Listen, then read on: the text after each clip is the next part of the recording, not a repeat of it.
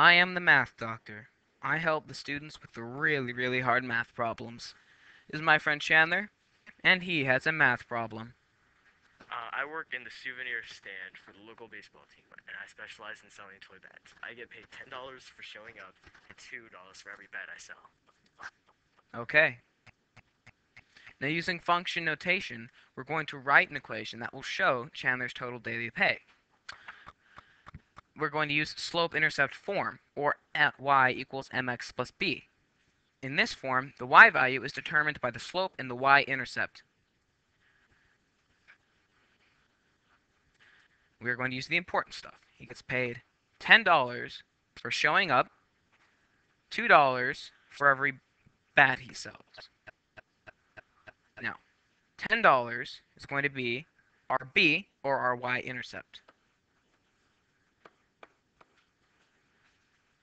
Our $2 is going to be the slope, or m.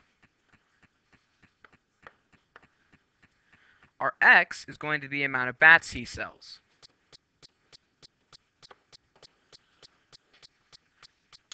And the y is the amount of money he makes.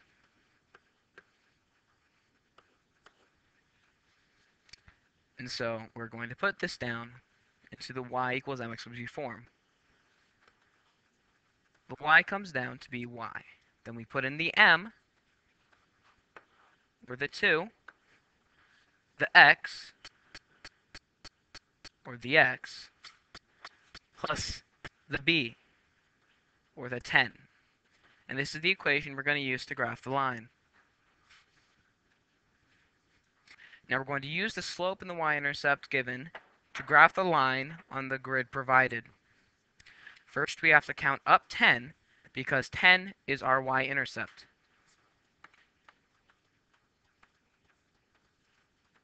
10. Now we're going to go up 2 and over 1. Why wouldn't we go over 2 and up 1? Because that would be run over rise instead of rise over run, and that could dramatically cut your paycheck. Leave you homeless and stuff. So we go up 2 over 1. Up 2 over 1. And now using these points, we can now graph a line on this grid to show how much money you make compared to how many bats you sell.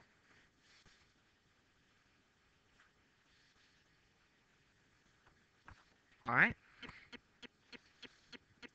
Now we're going to find the independent variable in the equation for your total daily pay. The independent variable, or the x, is the part of the equation that you can change. Please pause the video at this time.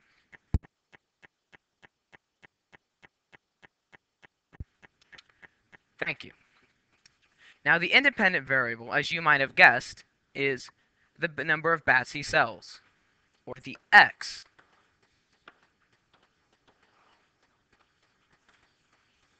The bats. Not the heads of the bats. Now, what does the slope of the line that you graphed say about the relationship between the amount of bats sold and the amount of money earned? Ratio is the size of one group compared to the size of another. Please pause the video at this time. Thank you, we're back. Now, the ratio would be The amount of bats sold to the amount of money earned. okay. So we would have bats sold to money earned.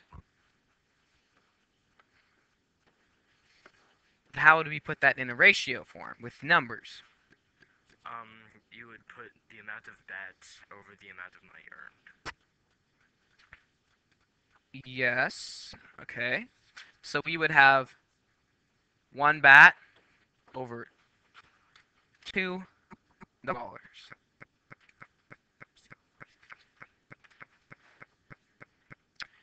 And because of this, because of the specific ratio, we would have a 2 on the top.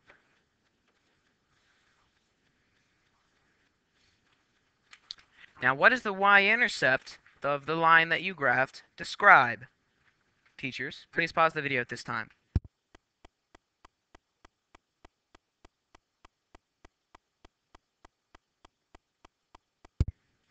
The y-intercept is the point where the line crosses the y-axis. So we have our x-axis and our y-axis. 1, 2, 3, 4, 5. Now, if the y-intercept was 3, you would put the starting point of your line here.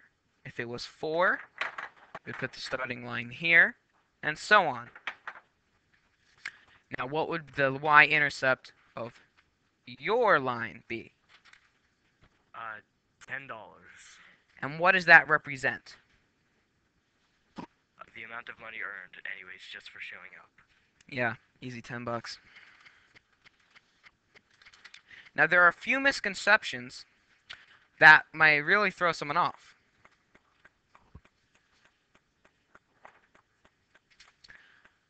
One of which is where you have the run over the rise instead of the rise over the run, which could dramatically reduce your paycheck. See, if we put the run over the rise, we would have 1 over 2. That would be $1 for every 2 bats he sells, which is only 1/4 of 2 over 1. So you get a lot more money. These not equal. Another one of the biggest misconceptions would be you still have your 2 over 1, but there's a negative sign. Now, if there's a negative sign in the top or in the bottom, you have to watch out for those. Because if you graph the line like we did, and then there's a negative sign there, it would be going up and out instead of down and out, which could prove a big problem. Also, when there are double negative signs, they cancel each other out, and it becomes a regular slope again. Thank you for watching our video. We thank Stone for making it, Chandler for helping, and the Oakdale staff incredibly for amazing knowledge of math.